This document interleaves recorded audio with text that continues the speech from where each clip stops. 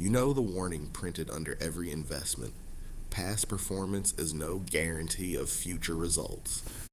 Britain spent 100 years ignoring it, getting rich, then quietly taking itself apart, one reasonable decision at a time.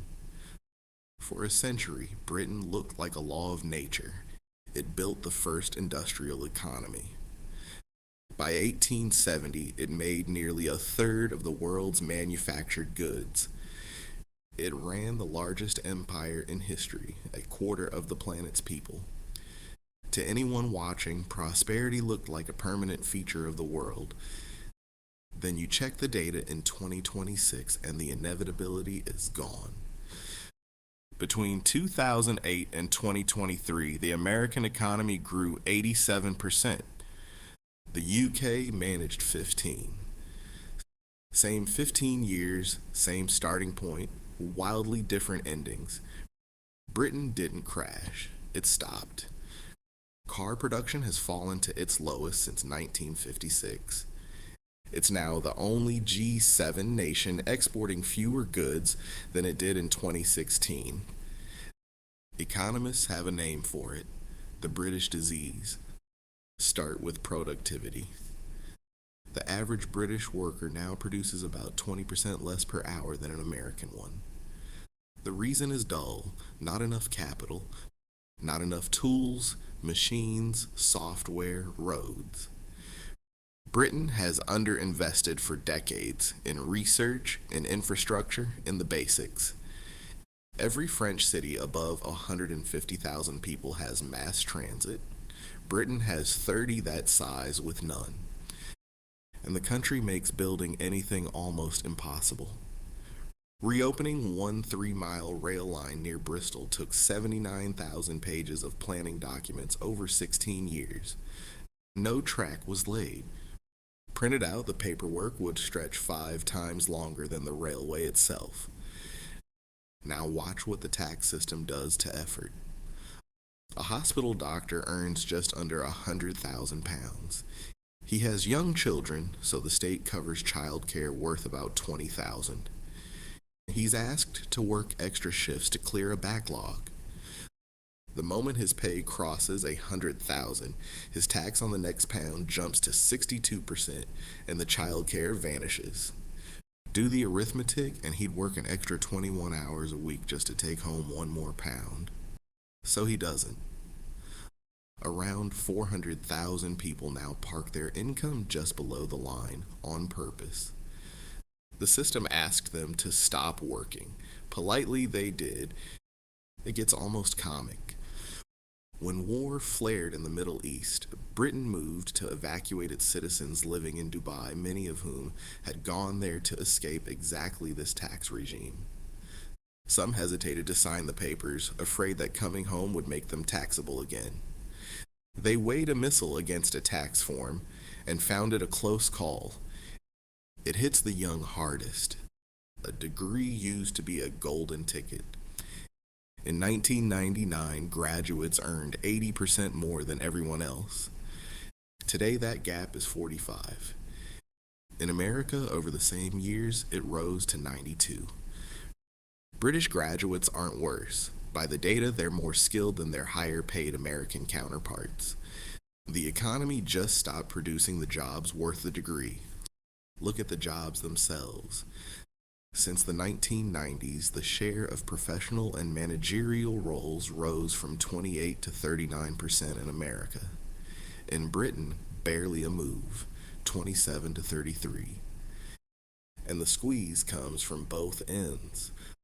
A rising minimum wage lifted the floor while the premium at the top collapsed. Spend 3 years and a fortune on a degree, and the reward for bothering slowly evaporates.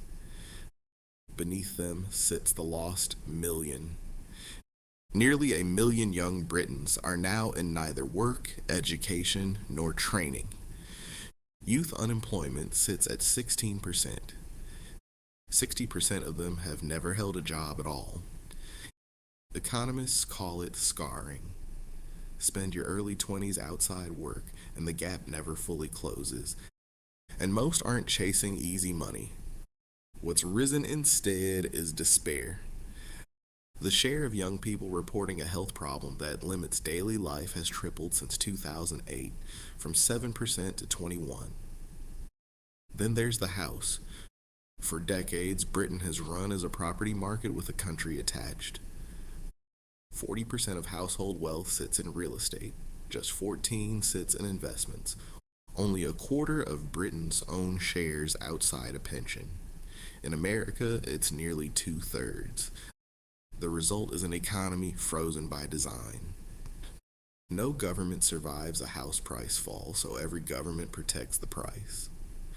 Homes now cost about 8 times what people earn, double the old normal. New building has collapsed to its lowest since the Second World War. Older owners sit on decades of untaxed gains, while the young face an entry price they can never reach. The young can't afford to live where the work is, so the work doesn't get done. The same trick runs through energy and pensions. British industry pays electricity prices around 50% above Germany's and 4 times America's, while the country emits under 1% of the world's carbon. You shut your own factories and buy the goods back from places with dirtier grids. It looks green on a spreadsheet. It mostly just exports the problem. And the pension triple lock raises the state pension every year, forever, by whichever number is highest. 15 years of leaders have refused to touch it. The median pensioner couple now holds over £600,000. The typical under 35 holds under 30,000. You are taxing the poor or young to protect the rich or old, because the old reliably vote. And over all of it sits Brexit. The promised dividend never arrived. The economy is now 5 to 6% smaller than it would have been. Business investment, which grew 30% in the 5 years before the vote, simply flatlined. Trade fell. Starting a fight with your largest customers was never a strategy. The uncertainty did the rest, and the country never fully recovered. When an economy stops growing, politics stops being about getting ahead. It becomes about who is taking your slice. The fixes aren't a mystery. Unpick the tax traps. Gut the planning rules. Stop building a bunker economy, safe for those already inside, sealed shut for everyone else. So here's the thing about compounding errors. None of them is fatal alone. Protect homeowners, protect pensioners, keep wages up, go green, take back control. Every single choice has a reasonable case. Together, they describe a wealthy country quietly dismantling itself, one sensible decision at a time. 79% of the British public now say the economy is unhealthy. 3/4 think next year is worse. This isn't financial advice, and the numbers shift with every budget. But the warning was never really about Britain. It's about the pattern. None of these mistakes are uniquely British. Ask Canada. The same instincts, protect the asset, sue the voter, defer the hard choice, are compounding almost everywhere. Britain just got there first. It spent a decade proving how easily a rich country comes apart. It took 100 years to build this country and one reasonable decade to undo it. One shift changes everything.